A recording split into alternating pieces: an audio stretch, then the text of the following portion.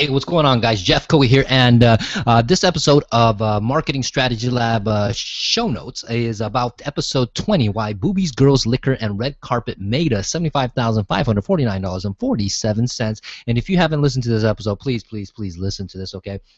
Now, if you have listened to this, then I'm sure that you're already getting a chuckle and laugh on on how we executed this. But I'm going to add some couple other golden nuggets on how this can be applied, and the actual what I want you to take away from this. Okay, is not the fact that I use chicks and boobs, boobies, titties, whatever you want to call it, whatever you want to call them. Okay.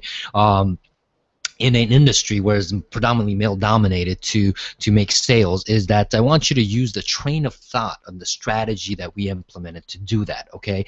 Is because, you know, sometimes people try to ask for the sale or go for the close up front, right? It's like the person who that weird chick that comes up to you that's kind of like good looking and hot, but then she's kind of like, you know what? Let me marry you, or it says, hey, we're gonna put a ring on it, you know, that kind of stuff, right?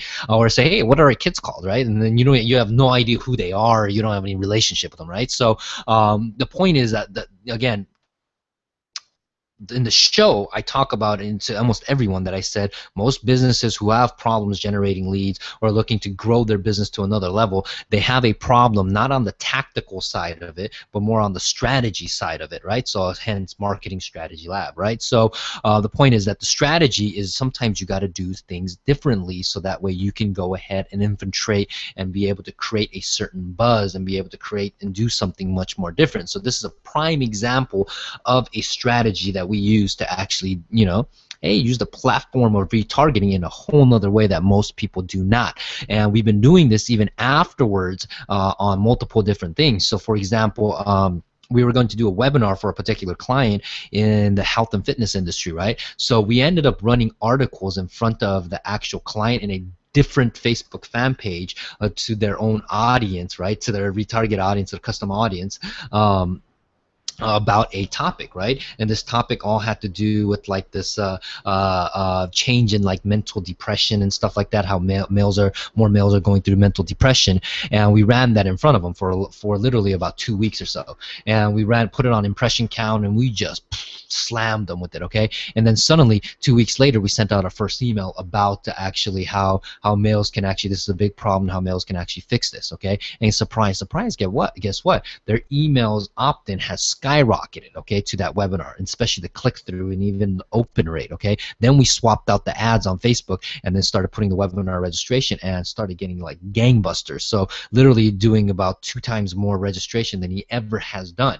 Now you can argue in the fact that it's just a sweet topic, so that's why it worked, or the only thing that's different than before is obviously one that we're writing the copy so it can be a little bit better, but you know, I would have to bet that the front end marketing that we did to actually brainwash them. I hate to use the word brainwash because it seems like I'm just like, you know, brainwashing people, but it's like, you know, it's one of those things. I just framework, right? You know, pre-frame them into making a decision, and it's not like, you know, we're the only people that's doing it. You know, all the other bigger companies do it all day freaking long. It just happened that we do it at a smaller scale and allow small businesses to actually be able to take advantage of that. So the point of the matter is, the really takeaway is one, you know, understand the strategy, the context of why I ended up doing that, and then the other one is to try to track your numbers so that way you know what happens with the campaign. Because in a campaign that you're running, you know, you have to have your P-series campaign, right? Your post-series campaign after the end result. So if it's an event, the event is over. You got to have another campaign series afterwards, a follow-up sequence after that. And then also, if you're going to sell something, right, a sale is made, then you got to have a post-series campaign to ask for referrals, ask for more business, right? And hey, ask for more, you know, of the same sales and that kind of stuff. I said that again twice. That's how important it is to ask for another sale.